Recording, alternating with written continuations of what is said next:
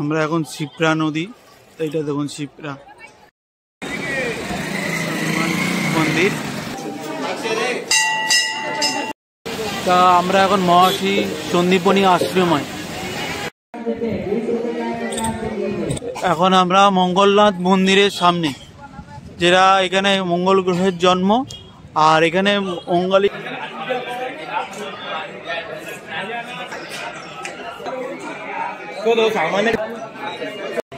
এই টোটোটা করে আমরা যাব।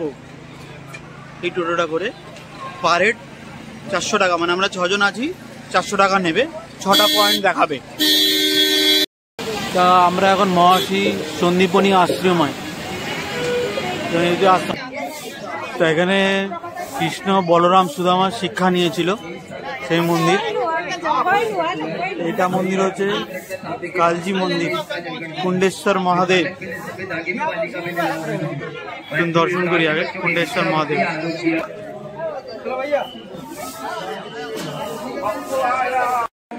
এই কুণ্ডতে বলরাম কৃষ্ণ সুদামা একসাথে স্নান করতেন এই কুণ্ডতে, দেখুন।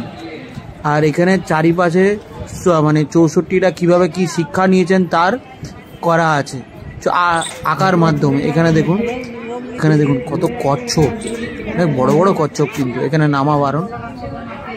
দেখুন কিভাবে কি 64 চলুন দেখাই আপনাদের।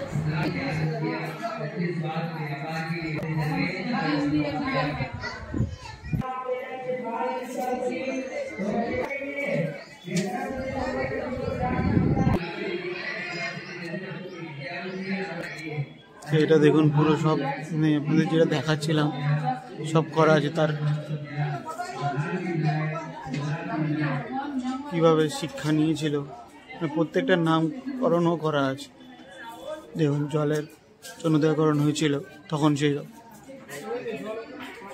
কাঠ ঘাট, এই দেখুন।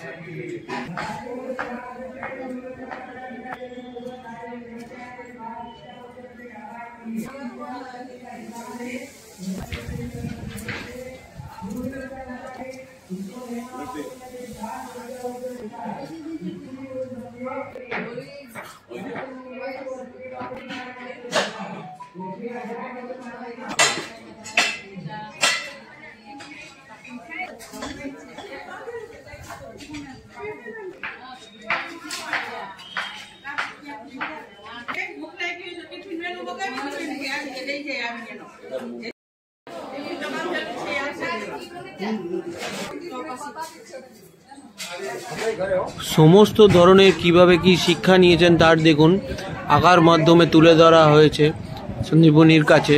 কৃষ্ণ বলরাম সুভদ্রা, মানে দেখুন কখন মানে কোথায় হয়েছে, কি বৃত্তান্ত, কিভাবে শিক্ষা নিয়েছে, কিভাবে কোন পড়েছে, কিভাবে মাদুর পেতেছে, অল ডিটেলস এখানে এই ছবির মাধ্যমে ফোটানো হয়েছে। কিভাবে খাবার খেতেন, কিভাবে রান্না করতেন, সমস্ত ধরনের জীবনযাপনের জন্য যেগুলো আমরা করে থাকি শিক্ষা নেওয়ার সময়, সেইগুলো দেখুন।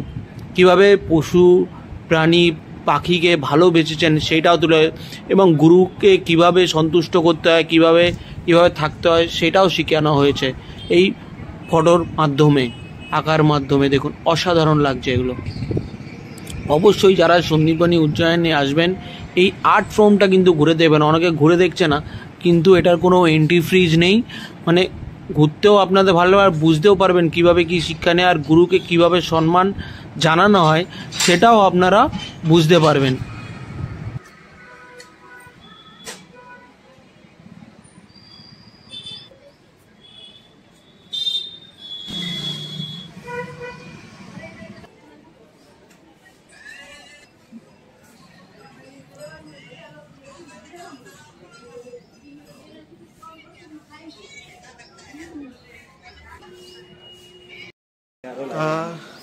সন্দীপনী আশ্রম দেখা হয়ে গেল, এটা ফার্স্ট পয়েন্ট যেটা আপনাদের বললাম প্রথমেই। আর ভেতরে ক্যামেরা অ্যালাউ নেই, তার জন্য আপনাদের ভেতরে দেখাবে। এখানে ভেতরে আছে হচ্ছে বলরাম, কৃষ্ণ আর সুদামা, মানে তাদের 3টে মূর্তি আছে। আর সন্দীপনীজি যে মহারাজ, যে গুরু, তার ভেতরে একটা মূর্তি আছে। এই যা, এছাড়া ভেতরে কিছু নেই। আর এইদিকে 2টো শিব মন্দির আছে, একটাকে বলা হয়েছে তপকেশ্বর, যেটা আপনাদের দেখালাম। আরেকটা মন্দির আছে নীলকণ্ঠ মহাদেব, যেটা উত্তরাখণ্ডে আছে। তো সন্দীপনী আশ্রম দেখা হয়ে গেল। এরপরে বলছে দেখাবে গড়কালিকা বা কাল ভৈরব মন্দির। চলুন যাওয়া যাক। এখন আমরা মঙ্গলনাথ মন্দিরের সামনে, যেটা এখানে মঙ্গল গ্রহের জন্ম, আর এখানে মঙ্গলিক দোষ কাটানো হয়। তা চলুন ভেতরে গিয়ে আবার আপনাদের ভালো করে ডিটেলস দিচ্ছি। আরে বাবা দিচ্ছি, দর্শন করে নাও, বেরোবে তো বাবা।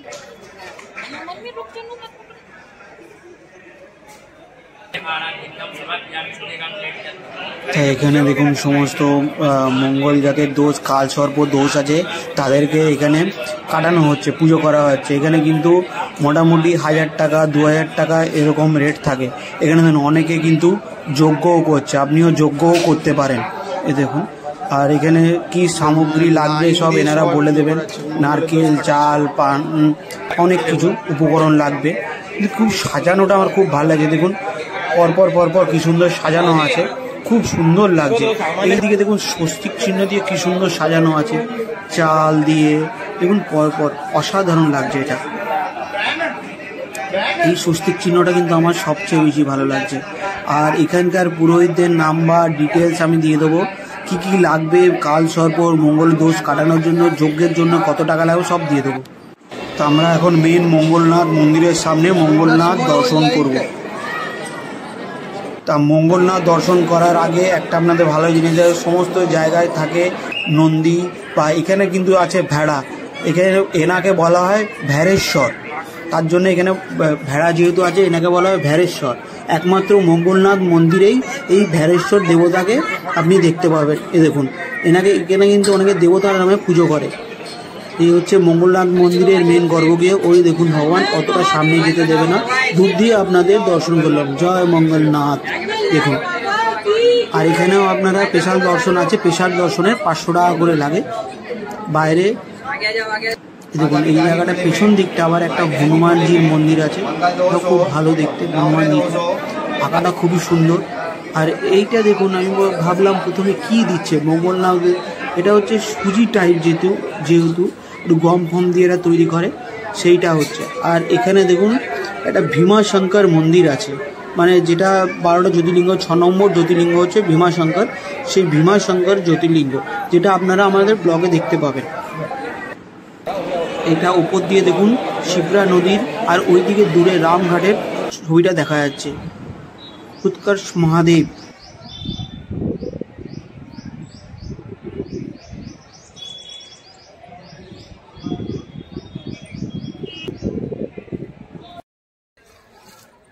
আমরা এখন শিপ্রা নদী, এইটা দেখুন শিপ্রা, আর ওই দিকটা আছে রামঘাট। এটা ঠিক মঙ্গলনাথ মন্দিরের নিচে, ওই উপরে দেখুন মঙ্গলনাথ নদী দর্শন করলাম, আর নিচে হচ্ছে সেই শিপ্রা নদী মন্দির। তো আমরা এখন রামঘাটের সামনে, এই রামঘাটেই কিন্তু আরতি হবে সন্ধেবেলা, খুবই আরতি। সন্ধ্যের সময় যদি পারি অবশ্যই আসবো। তা এর মঙ্গলনাথ মন্দির দেখার পর এটা আপনারা দেখতে পাবেন, মন্দিরের চারিপাশ পরিবেশটা কিন্তু খুবই অসাধারণ। তা আমরা এখন কাল ভৈরব মন্দিরের সামনে, এখানে কিন্তু প্রচুর ভিড় আছে, যেহেতু মহাকাল দর্শন করার পর আপনাকে কাল ভৈরব দর্শন করতে হয়, না হলে উজ্জয়নে মহাকালের দর্শন সম্পূর্ণ হয় না। তার জন্য এই মন্দির সবাই দর্শন করতে আসে। আর আরেকটা বলবো, এই কাল ভৈরব একমাত্র মন্দির যেখানে মহাদেবকে মদ চড়ানো হয়। এখানে আপনারা আশেপাশে অনেক মদের দোকান পাবেন, আর দাম অনুযায়ী পাবেন, বেশি দাম নয়। আর এখানে যদি আপনি আসেন একটু আগে আসবেন, মানে এই রোদে এতটা লাইনে দাঁড়ানো খুবই টাফ। যতদূর মনে হচ্ছে এখানে এইটা দর্শন করতে মোটামুটি 40 থেকে 45 মিনিট তো দর্শন করতে লাগবেই। আমরা ওখানে দেখুন ছিলাম, এখন আমরা সবাই 2টো ট্র্যাক পার করে এসছি, এখনও মোটামুটি আধা ঘন্টা লাগবে। এই দেখুন এই রোটা 1, 2, 3, 4টে রো পার করে এই ভেতর দিয়ে আবার উপরে উঠে মহাকালের, মানে যিনি সেনাপতি কাল ভৈরবের দর্শন করতে পারবো। আর কাল ভৈরবকে মহাকালের সেনাপতি বলা হয়, যে কেন মহাকালকে ইনি রক্ষা করেন আগে থেকে। আর কাল ভৈরবের দর্শন যদি আপনাদের ভেতরে মোবাইল অ্যালাউ নেই, তাও আমি ভেতরে দেখানোর চেষ্টা করব। দেখি কতটা, দেখুন আমরা কোথায় ছিলাম আর কোথায় এলাম, মানে কতটা ভিড় ছিল। দেখুন সামনে কত ভিড়, বাপরে বাপ। এই এবার কাল ভৈরব দর্শন, দেখুন মন্দিরের সামনে প্রায় আছে, দেখুন সেটা শ্রী কাল ভৈরব মন্দির। জয় শ্রী মহাকাল, জয় শ্রী কাল ভৈরব। আর কাল ভৈরব মন্দিরের পাশে একদম দেখতে পাবেন এখানে প্রদীপ জ্বালানো। এটা কিন্তু উজ্জয়নের বৈশিষ্ট্য, এরকম প্রদীপ কিন্তু আপনি ম্যাক্সিমাম উজ্জয়নেই দেখতে পাবেন। মানে আমি এখনও ঘুরেছি, মোটামুটি 7-8 জায়গায় এরকম ধরনের প্রদীপ দেখলাম। তো চলুন এবার আপনাদের দর্শন করা কাল ভৈরবের। জয় শ্রী মহাকাল, জয় শ্রী কাল ভৈরব। কাল ভৈরব মন্দির দর্শন করা হয়ে গেল। এবার আমরা যাচ্ছি গড় কালিকা মন্দির, যেটা 51 শক্তিপীঠের মধ্যে অন্যতম, কিন্তু এখন মদ ঢালা মানে বারণ আছে বললো মন্দির কর্তৃপক্ষের দিয়ে, যে এখন মদ চড়ানো হয় না ঠাকুরকে কাল ভৈরব। কিন্তু আমি এনেছিলাম, সেটা চড়ানো হলো না। যেটুকু ভেতরে মোবাইল ক্যামেরা অ্যালাউ নেই, তাও যেটুকু তুলতে পেরেছি আপনাদের দেখাতে পেরেছি ওইটুকুই। তা চলুন এবার যাবো হচ্ছে গড় কালিকা কালী মন্দির।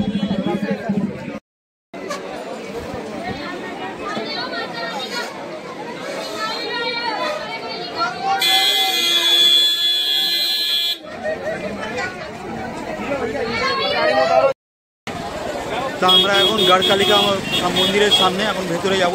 চলুন ভেতরে গিয়ে যদি মোবাইল আলাদা থাকে আপনাদের দেখাবো, এটা দর্শন। জয় মা গড় কালিকায় নমঃ। জয় মা কালী, জয় মা দুর্গা। এই দেখুন গড় কালিকা, মায়ের মুখটা অসাধারণ লাগছে। আর মায়ের জিভটা যেটা আছে, বলে মায়ের এখানে নাকি ঠোঁটের নিচের অংশ পড়েছিল, তার জন্য মিষ্টি হাসি এত মায়ের। আর দেখুন এখানে 51 সতীপীঠের সব ফটোগুলো এখানে টাঙানো আছে। আর 51 সতীপীঠ কোথায় কি, এখানে দেখুন মাতা বৈষ্ণব দেবীরও একটা রেপ্লিকা করা আছে। এখানে দেখুন 51 সতীপীঠের সমস্ত ফটো দিয়ে কোথায় কোনটা সেটাও জানানো আছে। আর এটা তো গড় কালিকার মায়ের। তা ভেতরে ক্যামেরা অ্যালাউ ছিল, আপনাদের দেখালাম, দর্শন করালাম। এটা 51 সতীপীঠের কিন্তু অন্যতম গড় কালিকা মন্দির। আরেকটা আছে যেটা উজ্জয়নের মহাকালের ঠিক অপোজিটে শ্রী হরসিদ্ধি মাতা মন্দির, ওটা বিকেলে আপনাদের দেখাবো। সন্ধ্যে আড়িটা ওখানে অসম। চলুন এখনকার মতো এটা শেষ হয়ে গেল, এবার বিকেলে। তা এই ব্লগটা এখানে শেষ করলাম। পরবর্তী ব্লগে দেখবো মহাকালের করিডর আর হরসিদ্ধি মাতা মন্দির আর বড় গণেশজি।